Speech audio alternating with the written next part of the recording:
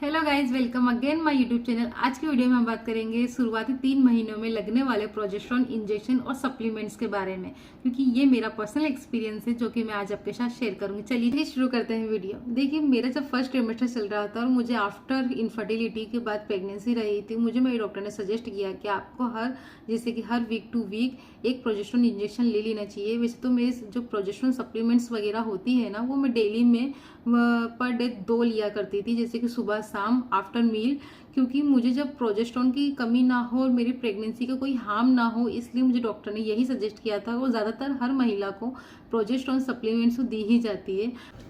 चलिए अब हम बात करते हैं प्रोजेस्टेरोन हार्मोन होता क्या है। देखिए, प्रोजेस्टेरोन हार्मोन हमारी बॉडी ही बनाती है, क्योंकि ये ओवेरीज और यूट्रस से बनते हैं। जो प्लेसेंटा हमारे प्रेगनेंसी हमें रहती है, तो प्लेसेंटा ही हमारा वो कहते हैं ना प्रोजेस्टेरोन हार्मोन बनाती है। अब प्रोजेस्टेरोन हार्मोन करता क्या है हमारी बॉडी में?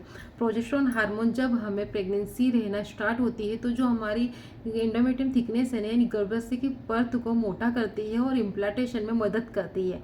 अब देखिए, जिन जिन लेडीज़ को, जैसे कि जिन्हें थायराइड रहता है या इनफर्टिलिटी है, जैसे कि मुझे इनफर्टिलिटी थी, तो मेरा प्रोजेस्टेरोन लेवल, हम जैसे लेडीज़ को प्रोजेस्टेरोन लेवल लो हो जाता है और हमें प्रेगनेंसी रहने में कठिनाई होती है, इसलिए प्रोजेस्टेरोन इंजेक्शन दिए जाते हैं। और अगर आपको आपके डॉक्टर द्वारा प्रोजेस्टेरोन इंजेक्शन रिकमेंड किए जाते हैं, तो प्लीज़ आप भी इन्हें लगवा लीजिए, क्योंकि प्रोजेस्टेरोन कम होने से हमें मिसकैरेज का, गर्भपात का खतरा बढ़ जाता है और ये यूट्राइन कंट्रक्शन का भी खतरा बढ़ाता है। अगर आपको प्रोजेस्टेरोन कम है प्रेगनेंसी में, तो आपको बहुत सी प्रॉब्लम फेस करनी पड़ेगी।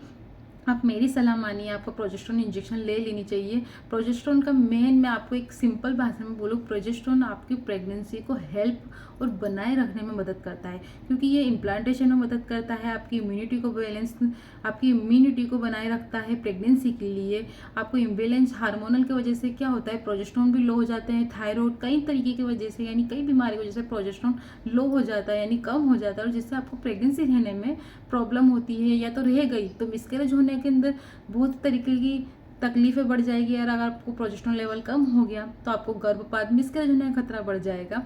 और आपका जो प्रोजेस्टेरोन हार्मोन है वो पीक यानी कि एक नॉर्मल स्तर पे चलता रहेगा प्रेगनेंसी के साथ, तो आपको 37 यानी 38 9 मंथ्स तक आपको कोई प्रॉब्लम इशू प्रेगनेंसी में नहीं आएगी। तो आप मेरी सलाह मानिए आपके डॉक्टर की। और भी कई तरीके पे आप इस बारे में सर्च करते हैं कि प्रोजेस्टेरोन हार्मोन आपकी प्रेगनेंसी के लिए कितना ज़रूरी है। ये मेरा पर्सनल एक्सपीरियंस था और मेरी सजेशन थी।